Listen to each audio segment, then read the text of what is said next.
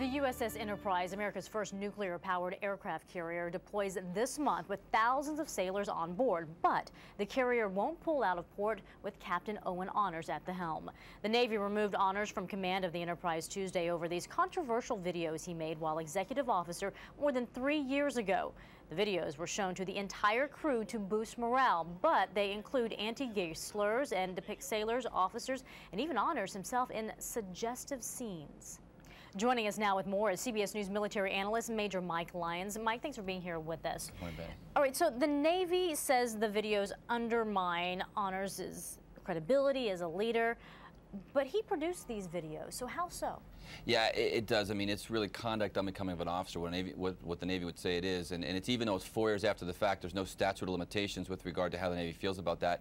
In a lot of ways, it has to do with the current environment right now, and don't ask, don't tell, getting that through the last couple of months. And what might have been acceptable 4 years ago, and then the Navy went and they investigated back then, they said, you know, it was close, but it was okay then. It's just not acceptable today. He's not going to have the type of legitimacy he's going to need to command that ship going forward with all the scrutiny he's been under right now. Let's talk about what you just said. What was acceptable a few years ago would not be acceptable today.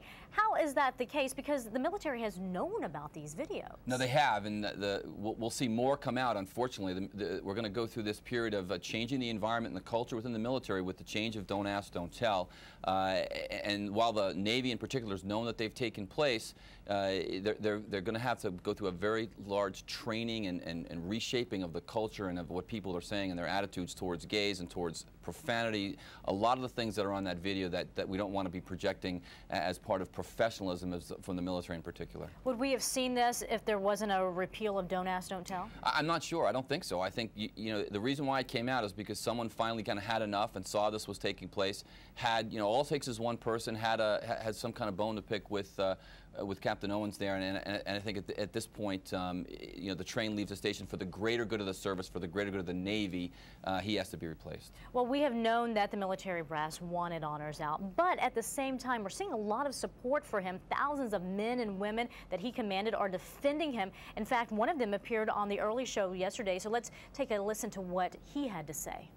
When you're out to sea for months on end, you're halfway around the world, and you work in arduous hours, 15, 18 hours a day, and temperatures of 120 degrees or more in the Persian Gulf. You know, your morale starts to get a little low, and you just want a sense of normalcy. You know, something to boost your morale. It's just a little something to get you through your day, just a little laughter. It's something we were laughing about anyway. He said to boost morale. Give us an insight as to how these videos came about, and is it kind of tradition with the Navy? It sure is. What happens is they bring in films that are playing in the movie theaters to the Navy ships. They're towns and cities that are out on the oceans, and these are video clips that are shown before those clips. There's a way for the command to communicate to everybody at one time. They've got 6,000 people in an auditorium, and again, they're designed to be funny and they're designed to be common. Now, this one clearly, you know, went over that line, went over that border, but you had participants from the sailors, from the Marines that were there. So most people thought it was okay, went along with it, but again, unfortunately, there were some that felt it was not appropriate and reported it back through. So are you saying that Honors isn't the first XO to have done this? No, I don't think he's the first, and it wouldn't surprise me if the captain of that ship knew it was going on and more people knew. You know, the question whether he stays quiet now and doesn't bring others up, because, I mean, are we going to go back now to the captain of that ship and who was in command of it, and whether or not, you know, where's that person today? Are they going to be in trouble for what happened? You know, usually that's how it works in the military. The person that's most responsible is the commander. He wasn't the commander. He was the executive officer.